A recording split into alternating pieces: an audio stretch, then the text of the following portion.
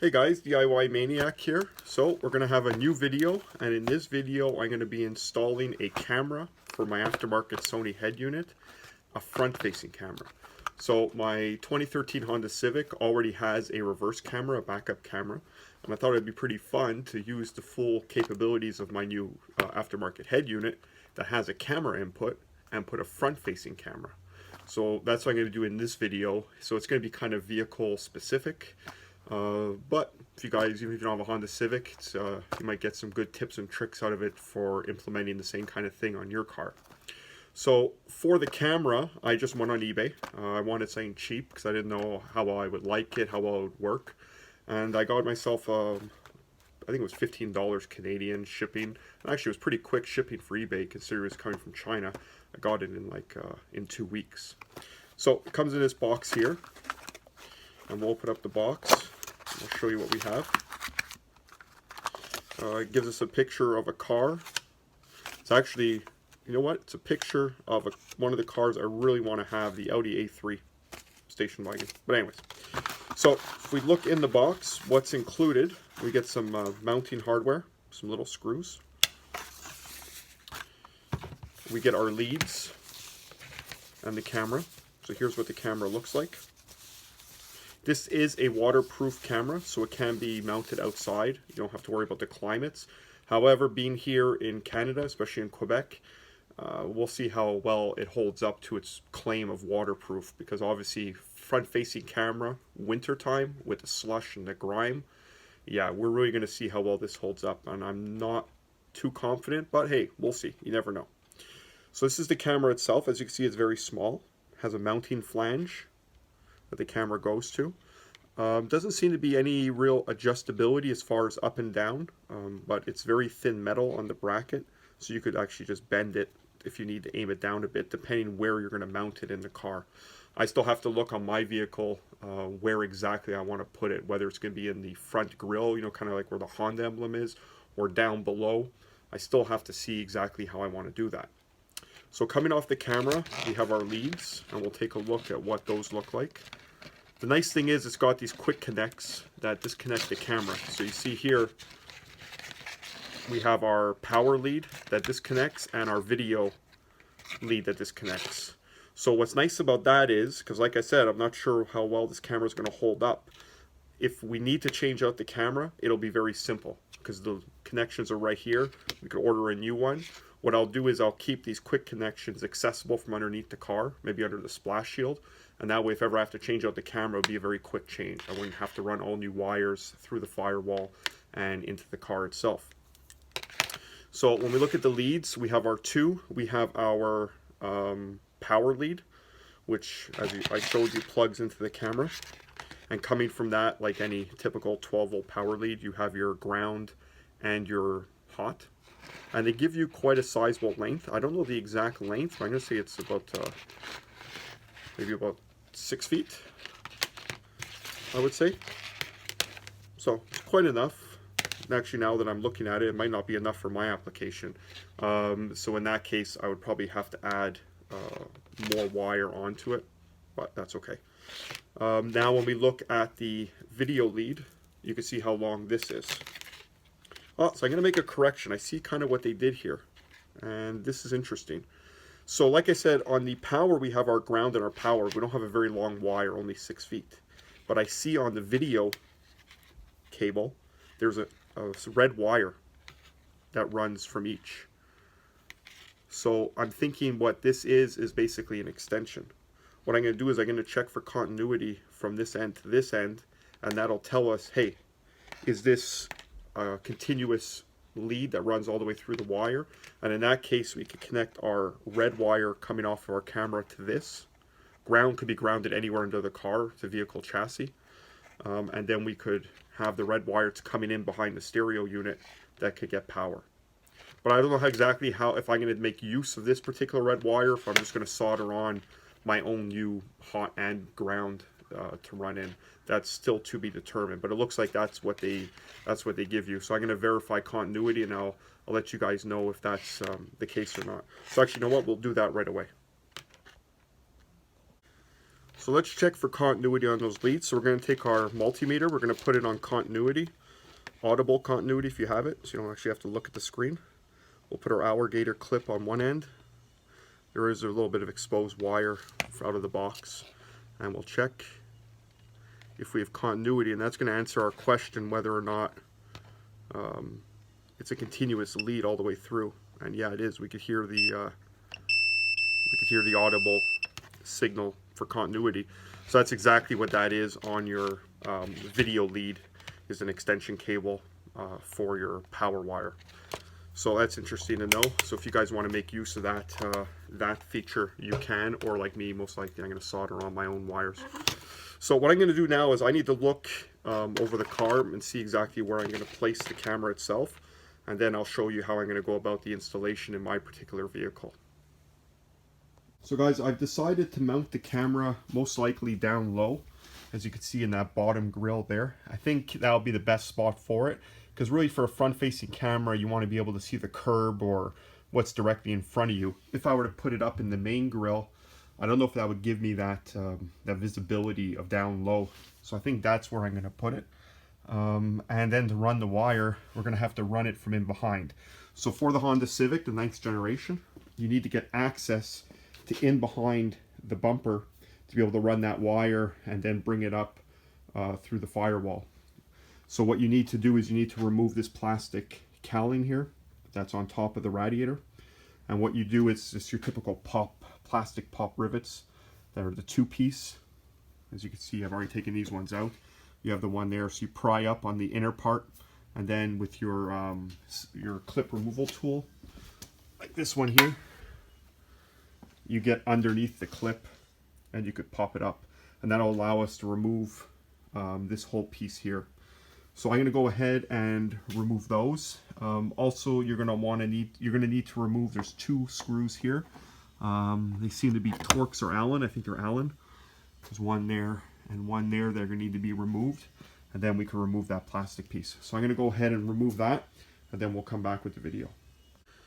So I'm going to go ahead and solder the wire. So I have a bunch of automotive wire that I'm going to be soldering onto our power lead for our camera. As I said, the wires aren't long enough, and in my case I want to put on my own wire, not use that built-in wire off the video cable. So the wire is very thin. I mean, it's smaller than 22 gauge. It's very, very small. Not a big wire at all. So not a camera that draws a lot of power. So I'm assuming most of you know how to solder. I'll just do a quick little thing on it. So the best thing you could do is buy yourself a soldering stand that has the little claws on it. I actually made my own. So I just used some household wiring, because you could bend it. And I soldered on some alligator clips with shrink wrap. And then on the alligator clips themselves, I built it up with shrink wrap or heat wrap as well, so it doesn't pinch the wire. And then what you could do is you could lock it into your vise and then put your wires that you're soldering there, and it'll hold it in place. So the important thing is when soldering is obviously get your soldering iron nice and warmed up. So my soldering iron is right here. It's already warming up. You're going to have to get yourself some flux, and you're going to have to get yourself some solder, which is obviously what you need. I like to use rosin core. The lead-free one I find for me doesn't work. I like using the rosin core it's a 63% tin, 37% lead, and I find that gives the best solder. So what you're going to want to do is, the way I like to do it, everyone could have their own different way. So I like to first take each of my leads and put them in the flux and get them all fluxed up. So the flux is what keeps the wire clean, stops it from oxidizing, and as well allows the solder to flow nicely into the joint, or into the 2 wires to be connected together. Then we take our other one that's coming off of our camera. We're going to get some flux on that as well. And we're going to tie them together. And before, see, I almost forgot, and I was just going to tell you guys not to forget that, is to get your shrink tubing on first, because once you solder it together, you're not going to be able to get that shrink tubing on. So take your piece of shrink tube, heat shrink, or whatever you guys want to call it, Everyone has their own name for it. Get it on first. We're going to take our wires and we're going to start them each halfway. So basically make an X, and we're going to then wrap them around each other. And this allows us to have a nice bond between the two wires, and at the same time keep the wires straight. So our shrink tubing will slide over it nicely. So we take our wires, and this is where our alligator clips come in handy to hold it, because if you've ever tried to solder wire without having something holding it firmly, you know how much of a pain in the butt it is. So we're going to make sure nothing's around your soldering iron so you don't melt anything. On your soldering iron, you're always going to want to have a wet sponge. That's to clean off any oxidization. We're going to take our solder, and we're going to want to put a little bit of solder on the tip.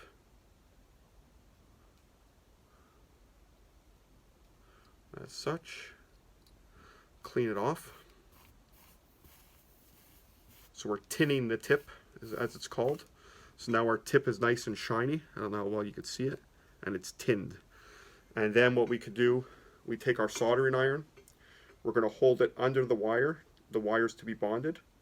You're going to want to hold it there to get the wires up to heat, temperature. And every so often, the smoke is basically your flux burning off. And we're going to start putting our solder. We have to wait sometimes for it to get hot enough.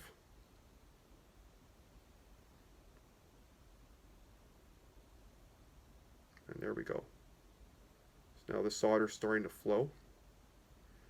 And it's going to make us a nice joint. And that's it. You don't need too much, just enough to keep the joint as it is. Right away, clean off on the wet sponge your soldering iron. Put it in its stand.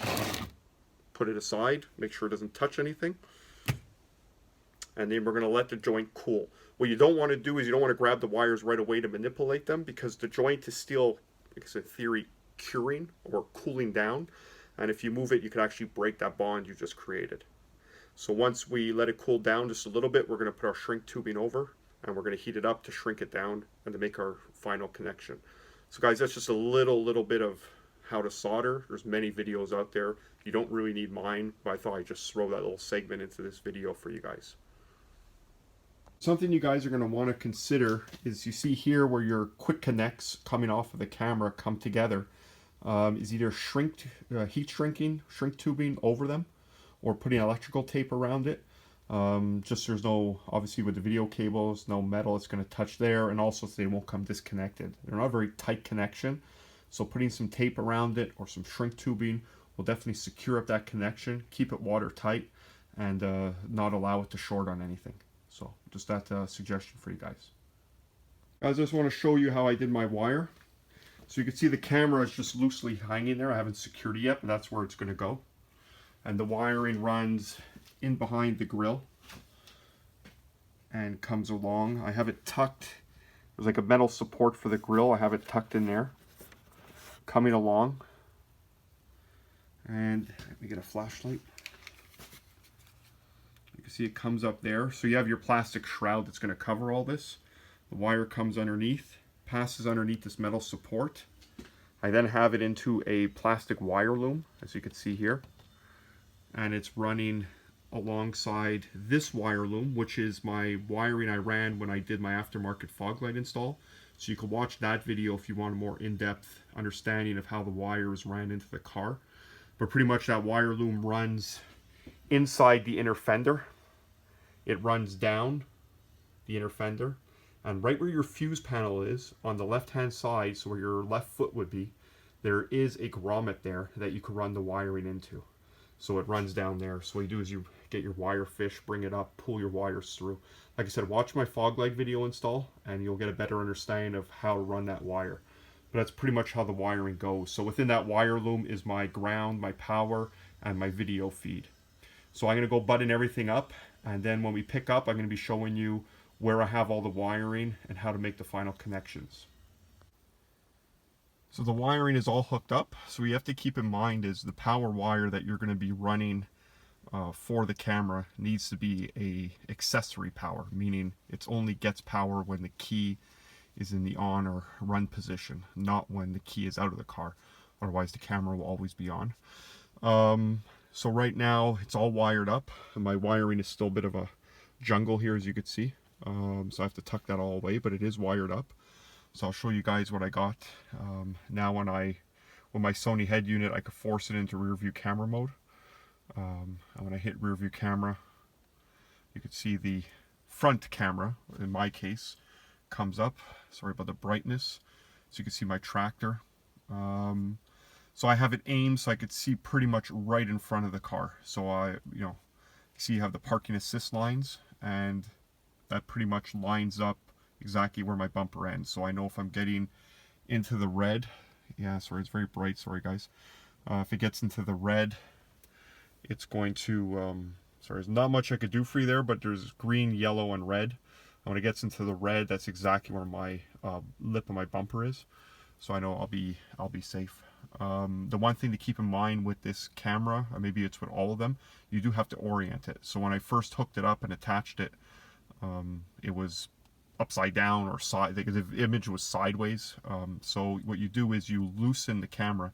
So you grab the outer portion and the inner portion and you untwist it like you're taking off a bottle cap, and that loosens it from the mounting bracket, so you could rotate the camera independently of the mounting bracket. Much easier with two people. I did it with one person, so I had to rotate a bit, relock it, come in the car, see how it was. And when you want to make it perfect and you have OCD like me, one person makes it hard. So suggestion is get a second person in the car to tell you when the image is exactly straight. So that's how it looks on the screen, and I'll show you guys the final mounting on the front. So you can see the camera is right there mounted. So it's not proud of the car at all. You can hardly see it. And it's hidden there. And it's right in the middle, center of the car.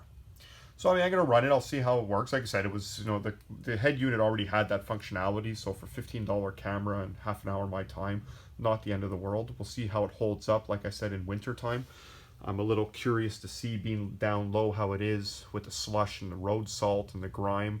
It's obviously going to get dirty, so I'll have to keep it clean, wipe my finger on it to get all the grime off every so often. But I'm also curious to see if it breaks, a rock hits it, gravel hits it, or just with wear and tear with the weather. So I'll keep you guys updated. I'll put something in, I'll pin a comment as the winter progresses if anything bad happens, so you guys will be able to see that first comment to know what the outcome was.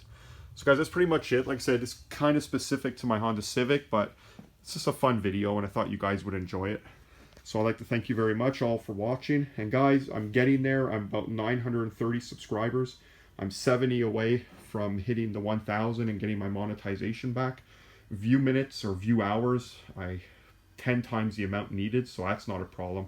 I just need to hit that 1,000 subscribers. So if you guys want to help me out, if you haven't already subscribed, I hate to sound like that stereotypical YouTuber, please hit the subscribe button. I'd really appreciate it. So keep looking out for new videos, and thanks a lot, guys. Till next time.